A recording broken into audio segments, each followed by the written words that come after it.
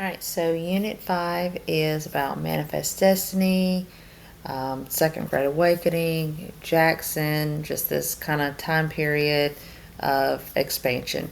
So part of that movement west is the Missouri Compromise. So with the Missouri Compromise, we added Missouri and Maine as states.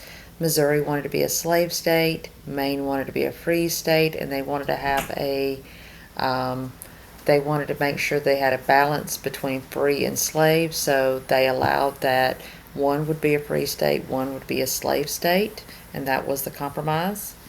So the market revolution is going on during this time. So lots of improvements, agricultural improvements.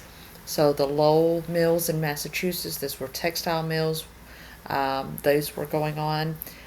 Erie Canal was completed in 1825, so lots of industrial growth in and around the Northeast.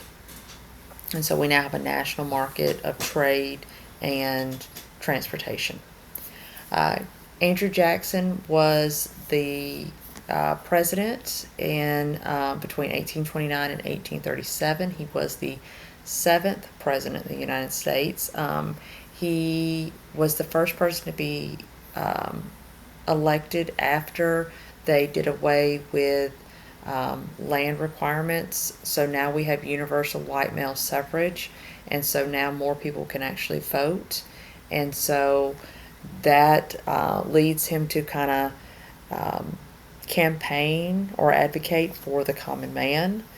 And he's most famous for the Indian Removal Act and the Trail of Tears and killing the Bank of the United States. And this is one of the most famous political cartoons that kind of compares him to a king, because he is standing on the Constitution and he's dressed like a king and he's holding the veto in his hand, because at this point in history he had the most vetoes, which was 12.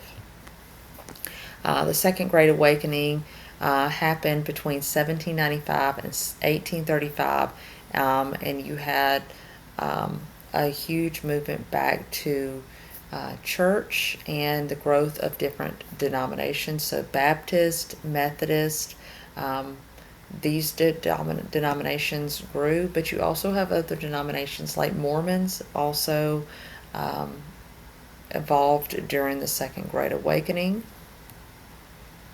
And you can watch this video that tells you a little bit more about them. Literature was very popular during this time, and a lot of it was more romantic. And you read people like Edgar Allan Poe, and you would not think he was a romantic writer, but he is considered a Gothic romantic writer. And so he's famous for The Raven and The Telltale Heart. And so James Fenimore Cooper, and this is Washington Irving. So we did have what we thought of Manifest Destiny, in that anything that was out there was ours for the taking, as far as America's for the taking. And so again, this is we're coming off of the War of 1812 and this sense of nationalism, an era of good feelings and pride in our country, and so we continue to expand west.